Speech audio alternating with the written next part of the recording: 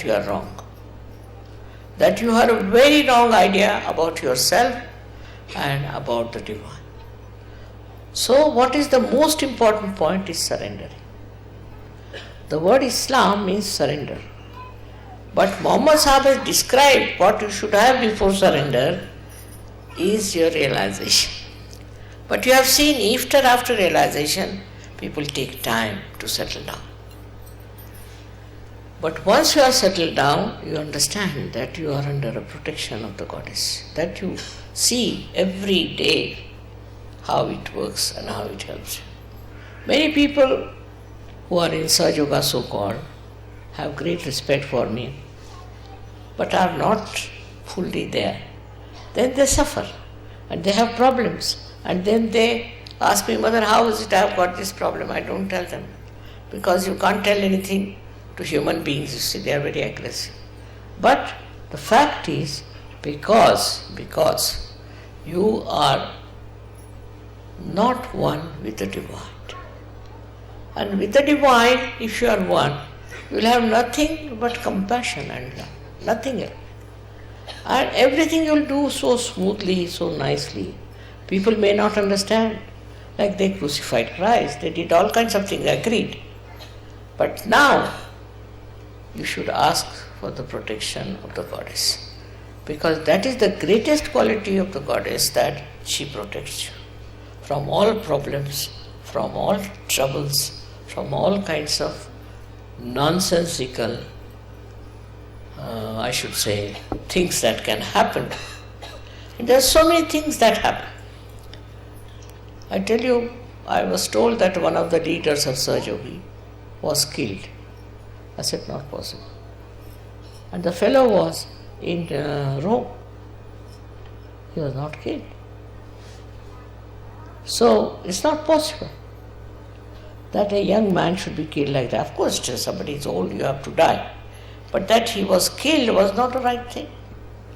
So it is the protection, not only physical, mental, emotional, but spiritual protection comes to you. Spiritual protection in that what you do is that you don't do wrong things. You don't kill anybody. You don't torture anybody. You are not rude to anybody. That is the situation into which you all can enter, because you are Sahaja Yogis. You can achieve it. You have a power to do it, because you have so much Shraddha and so much understanding that you have reached a certain state of protection, of growth, of wisdom. Now first test your wisdom. You must test your wisdom. If I am doing this, is it wise? Is it good? Why I am doing it? First test your wisdom. Then you will find out that many things you do which are wrong, which should not have been done. But first your wisdom must develop, and you must see that your wisdom works and helps. I have seen now yesterday's drama, you must have seen that girl. She is very sensitive and she could see through her wisdom what was good. If you cannot find out what is good and what is bad, if that means the wisdom is lacking. If you cannot find out what should you do, then the wisdom is lacking. But if you have the wisdom, then you will immediately know that this is wrong. Apart from that, you will be saved from all kinds of problems. It's a fact. I have seen with so many people like that, who have been saved not only from death, but from all kinds of catastrophes, all kinds. And I was amazed how these Sahaja Yogis are helped by the divine. Divine is a power. Everywhere it exists. But it will only help the people who are Sahaja Yogis, who are divine, not the people who are not. It will never help. On the contrary, it might punish in a way that is never expected. So one has to be careful to test oneself, what I call introspection. Have you been wise in dealing with certain problems? What has been your style? Is it money oriented or it is domination oriented, what sort of a power it was that you were working under. You have to introspect to find out. And you will be amazed, very much amazed, that even in the name of God you can do wrong things. Lots of wrong things have been done in the name of God, and that's why today we have such a big chaos of so-called religions. When nothing wrong was with the religion as such, and those religious people who talked about it, nothing wrong. But the way people absorbed it and the way people used it was wrong, because they lacked his wisdom. And the wisdom is the thing which really is not just assumption that I am very wise and all that, but it asserts, it works out, and it shows what is good and what is bad. Wisdom is the sign of a person who is really a realized soul of a very high level. If you don't have wisdom, whatever you may do, you might feel satisfied about it. But the wisdom part is very, very important. That is the most governing part within us. And as you know, Ganesha is the giver of wisdom. That's why Ganesha must be worshipped.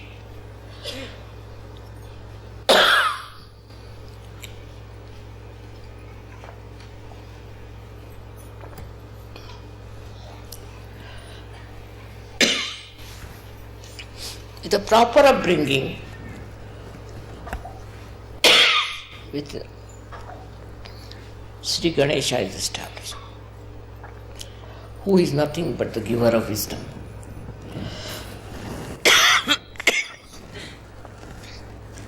And this wisdom is innate. You don't have to judge it. It's innate within us, grown up, just like any other qualities in us. It takes time with some people. It takes time, no doubt.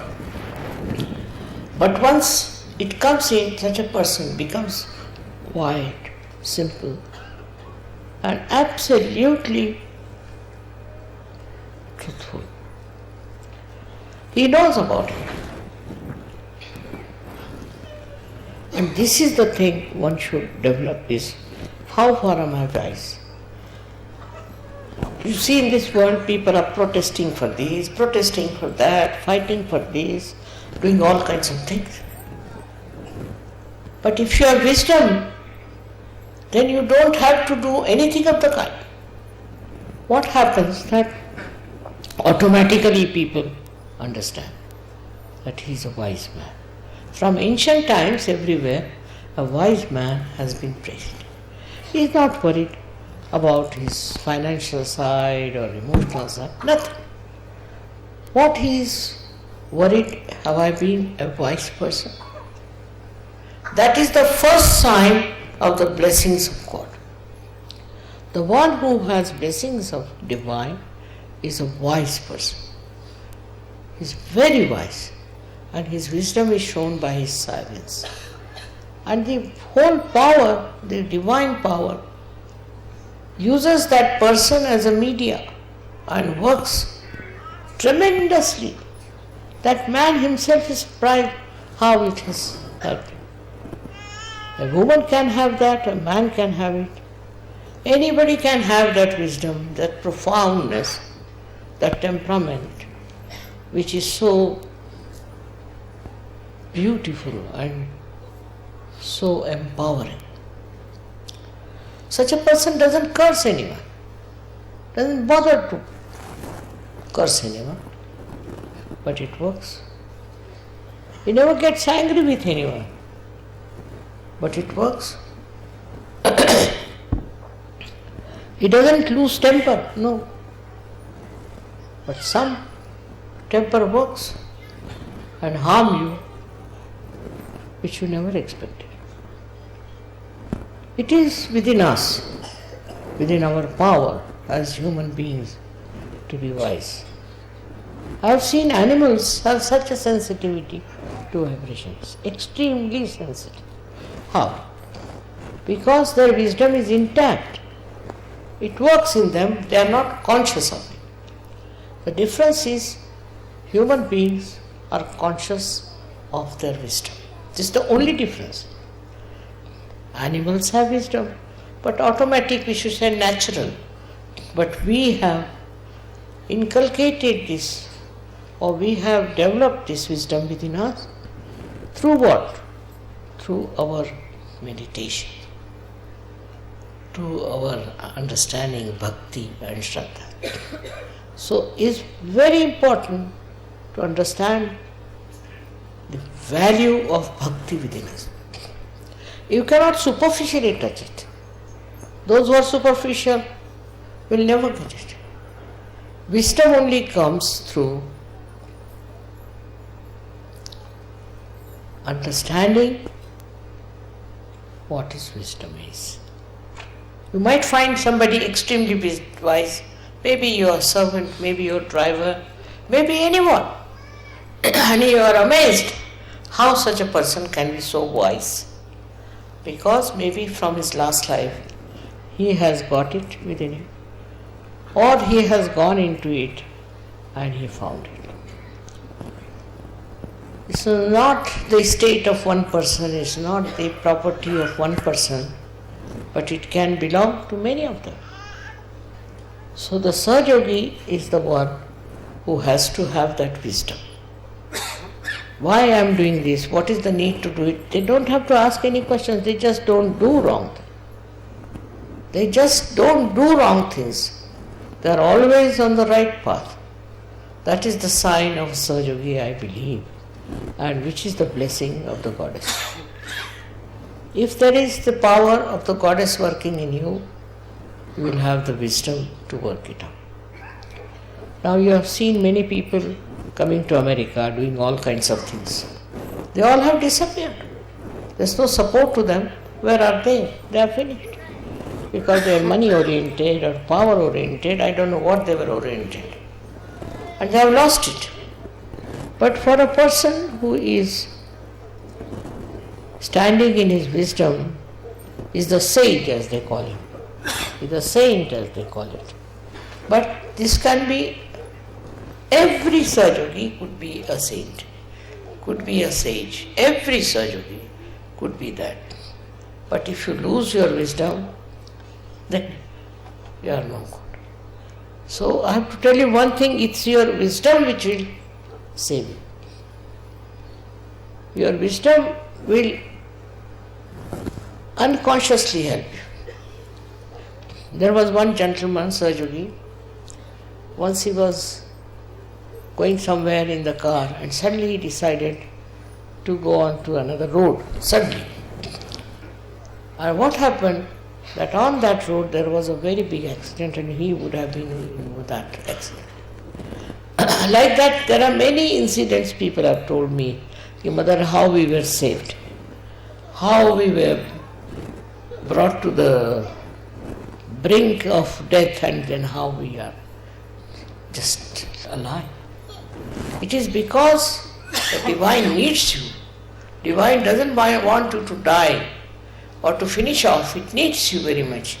It has to do its work and you are the instrument of that divine. If you have wisdom, you are the best instrument for the divine to work it out. The Devi's powers, first of all, existed in her body only. And she killed so many Rakshasas and evil people. She did kill it, actually. But now, there's no need. Because you all are there, you are the instruments.